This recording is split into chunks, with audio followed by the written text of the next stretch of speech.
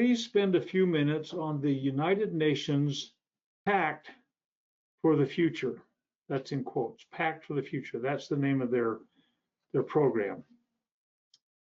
Okay, so this Pact for the Future, everybody says, oh my goodness gracious, we're toast. The whole United States Constitution has been set aside.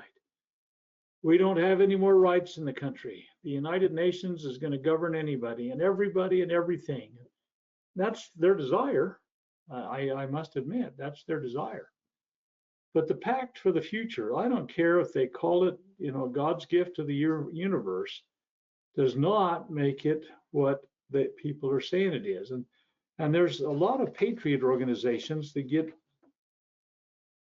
how shall I say, wrapped up around the axle. They get hyperventilating about it, and they collapse and melt down and throw a tantrum and everything else like this. And there's a lot of dangers in that.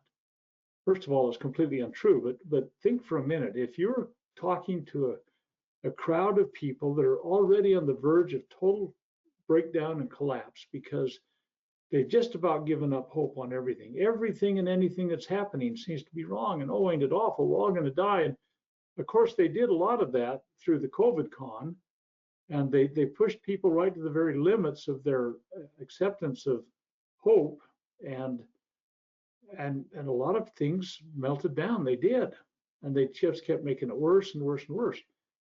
But what usually happens is that the very most vulnerable, the ones that feel the most at risk, the ones that feel the most helpless, the ones that feel like they've lost all hope, are the ones that do something precipitous. And they might take up and go try and assassinate a president or a presidential candidate or something. They've just been pushed to the very limit, and so the weakest of minds usually resort to some calamitous kind of solution.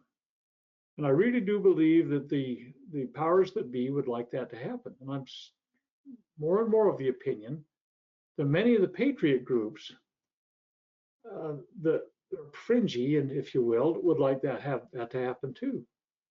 I mean, it's the shot heard around the world. I mean, what do? You can't take that bullet back. And once it's launched, and once the response to that is launched, it's kind of like nuclear war. However big it gets, it gets. And I believe that there are elitists of the powers that be want that to happen desperately, so they can use a bigger hammer on the heads of all those that want to preserve liberty and stand with principle.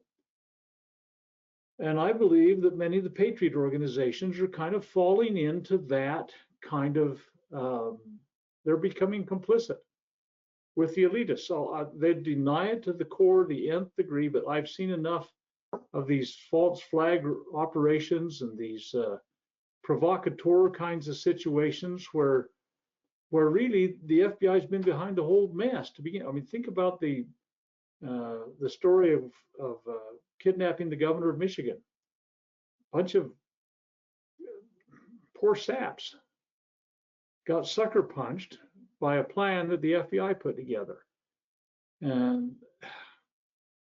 it was a nothing burger. Again, that there was really no story behind it, and they were looking for some patsies and domestic terrorists, and they could justify their budget with. That's another story, I guess. But that happens all the time. Whether it's some poor saps that got sucker punched into something, or a big patriot group that does that, or if it's a whole country that thinks they've just now bent the knee and they're worshiping at the altar of the United Nations. I mean, any one of those outcomes, the bad guys, to some degree or another, win.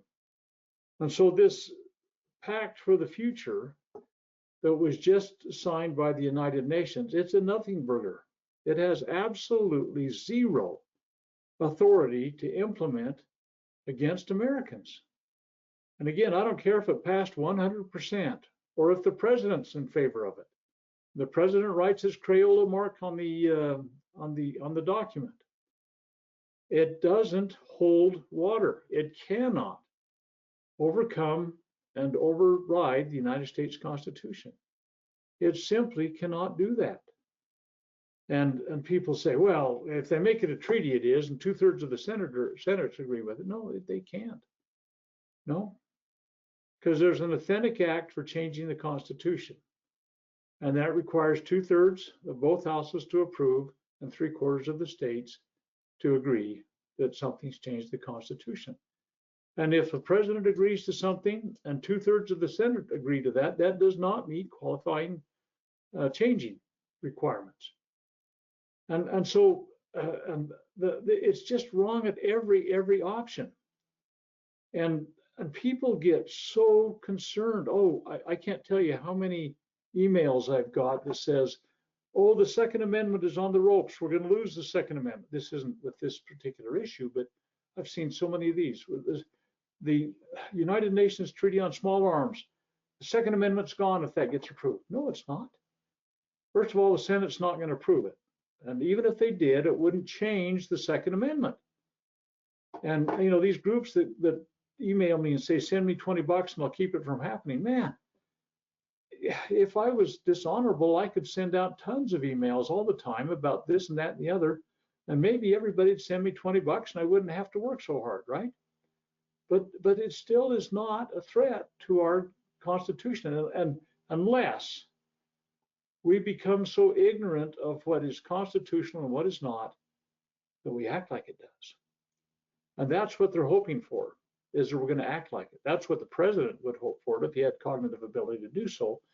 But the deep state kinds of people, the Klaus Schwabs of the world, and, you know, United Nations General Assembly, whatever they are, that's the push point on this, they're hoping that most of us are going to say, oh, I fought so hard and we lost. No, we haven't lost. We have a bunch of buffoons that are pounding their shoe on the United Nations table, or whatever they do nowadays. And it does not, cannot, and will not affect the Constitution. And the only way it will be imposed against us is if we agree by our complacent attitudes. It's not there. Now, I admit that this Pact for the Future thing was a diabolical plan. It still is. And there's stuff written into it that the World Health Organization, which is a what? It's a subset of the the United Nations Charter. World Health Organization is the United Nations body. And they were trying to put together some pandemic kind of rules that would be enforced all across the world. And some of the countries says, the heck you say, we're not going to do that. So they failed in doing that by the, beginning of June this year. And so they said, well, let's just take this to the General Assembly of the United Nations. I mean, they're the same body in essence, but it'll have much more authority if the General Assembly agrees to it. And so they put together this Pact for the Future, and it has all sorts of egregious things in it. They're going to take over the digital world, AI, and probably digital currency ultimately, and the internet, and they'll get rid of disinformation. All this stuff's written into it. Disinformation, by their definition, is disinformation. No, what they want is truly a deception, and they'll get rid of strong and vocal and principled voices because they don't want the truth to be out. First Amendment. That's the real reason of the First Amendment. It's not for pornography or anything else like that. It's to bring to light challenges that are challenging our liberty. And so I think that we need to be wise in how we wave our arms around, panic and encourage, and to the point that maybe some vulnerable people will take some precipitous action. They want to have additional taxing power. They want to have governance over so many areas. That means they want to be the government over so many areas. And it's a softer term, governance versus government. But in essence, it's the same controlling factor that tyrants always play to. But the Pact for the Future is simply words on a page that were passed by an organization that has no authority over the United States. And we need to be the light on the hill. We need to become a people that understands limits and bounds, checks and balances, delegation of authority, all those kinds of things. Republicanism, not the parties, but these trusted representatives that keep their actions within the limits and bounds of the charter document, the United States Constitution. The United Nations Charter in superficial ways looks like a United States Constitution, but it's not. And by the way, this Pact for the Future wants to go along with the Declaration of Human Rights, which ignores God-given rights. And if we lose our God-given rights and we cut down all the laws, and I mean, what are we going to stand with? So stop being flustered and confused and discouraged, and start becoming a people that understands the limits and bounds of the Constitution.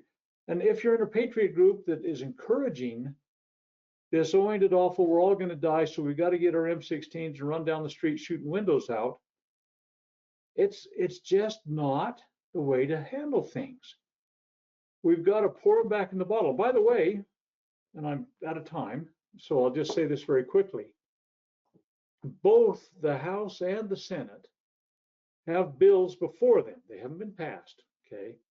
But they're like companion bills, and they often put parallel bills in both places in case one gets passed and the other one then can be sent over to encourage everybody to say, well, look, the Senate passed it.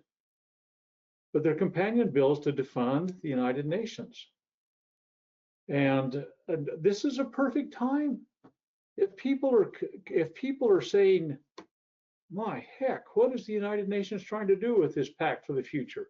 I'm going to call my congressman, I'm going to call my senator, and I'm going to say it's time to defund the United Nations and let's get them out of the United States.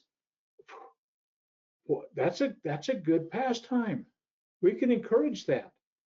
Now, I think to a degree, there's probably still a lot of people that are ignorant of the tyrannical basis of the United Nations, but we need to have more people understand that, so we can take that kind of action and say to our senators and congressmen, defund the United Nations, get them out. And maybe that's a good takeaway from this conversation. Pact for the Future is, let's have them packing, get them out of town.